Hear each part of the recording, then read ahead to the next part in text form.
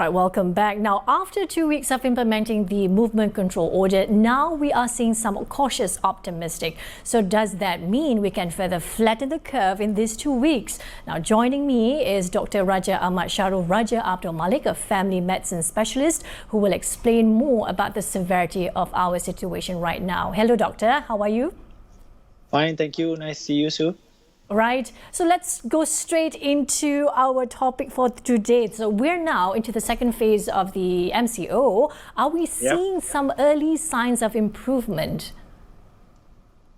Yeah, I think there is some early signs of improvement. If you see the past 4 to 5 days, there has been a bit of a plateau in terms of the new cases that has been around here. So it's been going about 140, 150, that sort of figure. So there has been a bit of a plateau, but I think today it has risen up to 208, I think. So that's a bit worrying, yeah. Right. So it is a worrying number, but how long should we see until we see some improvement? Well, I think we should leave it until probably in the middle of next week. We'll probably have a greater and a bigger idea, a bigger picture of really what's happened or the effect of the past MCO over the past week or a bit more than a week here. I would say we leave it about maybe the middle of next week. Right. And talking about next week, I just read the news that the World Health Organization said Malaysia might reach its peak in mid-April. So that's also a concern as well, right? Well, let's put it this way. We have to reach a peak somewhere, yeah? So I think if we reach the peak earlier, it's better than reaching the peak, later, provided the peak is an acceptable peak. So if it goes around this way and you're talking about the end of April, then you're talking about basically another 20 over 30 days. Yeah. So if you have cases of about 100 a day, 200 a day, that would be quite a bit. So let's hope that the MCO that's going on over the next couple of weeks will again flatten that curve and hopefully will not see that high of a peak as such. But a peak will come. We will not be able to avoid the peak. It's just that we hope that the peak is not as high as it could go to, yeah. Right. Is there anything else that we could do to flatten the curve in these 2 weeks? Besides staying at home, washing our hands and do things that we are supposed to do? Well, I think those are the most important thing, yeah, washing our hands and basically social distancing ourselves from one another. I think that is the best, the most proven way for us to do it. But the problem, I think, lies in the implementation of it. Yeah, everybody has to do it. We can't have even a few percentage of people not doing, and that defeats the purpose. So I think that is the most important way for us to try and flatten this curve that we're always talking about. Yeah. Right. And talking about flattening the curve, yesterday I also read that China has also put in asymptomatic patients in their numbers, which also shows some increase in the number of patients now. So should we worry about asymptomatic patients also? Sorry, we're breaking up with that. You're talking about asymptomatic patients, yeah? Yes. Because China has also included the number of asymptomatic patients in their numbers as well. Yeah, so I think that's right. I mean, if you are positive, irrespective whether you are symptomatic or asymptomatic, you have to be put onto the number of cases. But the problem still lies on us trying to detect these asymptomatic patients. How do we know that they are actually they have the disease when they don't have any symptoms? But I think what the KKM is doing, which is right, is they are actively searching for these asymptomatic patients by tracing them, trying to find whether they are close contact with these COVID-19 patients and testing them, irrespective of whether they have symptoms or not. So we are going more towards targeted testing, okay? So we are trying to do more tests, and maybe because of that, our numbers are rising as well. So it doesn't really mean that it's bad. It's just maybe meaning that we are doing more tests Hence, with more Right. tests, we're getting more positive cases. So we're being transparent about the real number of patients that we have in Malaysia.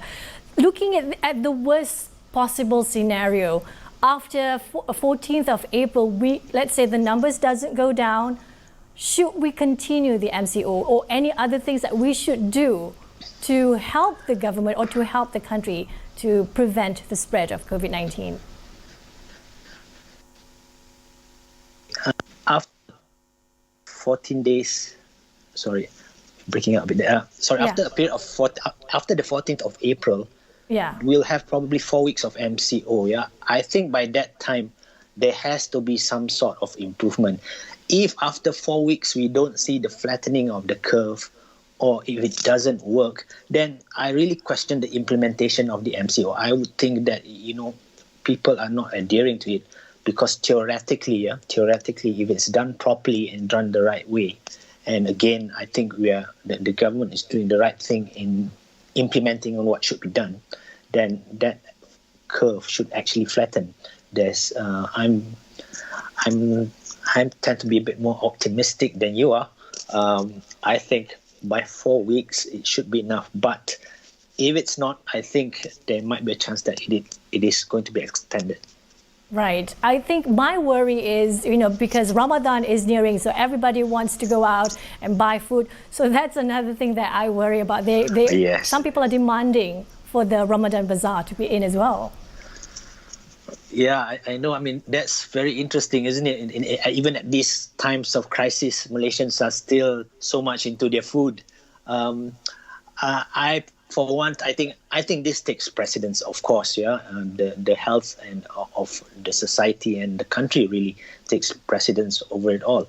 I would still think people would still be very cautious, even after the 14th of April when the MCO is over. I still think people will still be very, very cautious. And I think if the numbers go up, if needs be, the MCO is being extended, then I think the public would probably get the importance at that time. The government wouldn't really just extend it for no reason. And if they see the numbers not going down and it is extended, I think our public would be educated enough to understand why that is done. Right. Okay. Let's do a lightning round questions and answer. We're trying to define the facts and the myth. Let's talk about mask first. Do we really need to wear mask, and is it reusable? Okay. 2 points. Okay. WHO and CDC, the Center for Disease Control in US, only states there are 3 states where you need to wear a mask. 1, if you are coughing or sneezing. 2, if you are looking after someone with COVID-19 or in close contact with somebody with COVID-19, or if you're in a public place or you're a healthcare provider. Okay, if you're not in those categories, you don't need to wear a mask. But there's also been studies showing that countries where the mask is being worn quite liberally, for example, Japan, Korea, the cases is a bit low. Okay, it's lower. So personally, to me, I think the main problem is when you wear masks, you tend not to be hygienic. So the mask tends to be a harbor or a vector to the virus. So if you wear it properly, with proper hygiene, discarding the mask properly, not touching it and so forth, I think, yes, it would be beneficial for you to wear a mask. More so now that the stock is coming into the country. It's different in 2 weeks ago, where I think even the frontliners don't have it. Then, of course, we need to prioritize them. But as you get more stock in, I think, you should wear it to a certain degree. That's my personal opinion. One last question. People are wearing defense. I don't know whether you know about this. Defense tags. Does that really work? Okay, that's a good one. That's pretty new. The past week or so, I think. Yeah, people wearing those tags that you see. Those tags actually emit what you call chlorine dioxide. Okay, that chlorine dioxide is supposed to kill the virus which is around you. Now there has been studies, especially in Japan 3 years ago in 2017, says that it doesn't work. One, because there is not enough of the gas that goes through, and also actually the gas itself does not have been proven to kill any virus at all. Okay, right. Your last word. We have a few more seconds. What is your advice to the public? Well, quick advice is the same. I think the really breaking point of this is the next 2 weeks. Please stay at home. It really depends on us getting self-isolated and preventing this virus from moving. Okay, the virus doesn't move. The virus still stays. We move. We bring the virus. Okay, so if we don't move, the virus don't move. Okay, thank you so much, Dr. Raja, for being with us and talking and explaining to us about the MCO and COVID-19.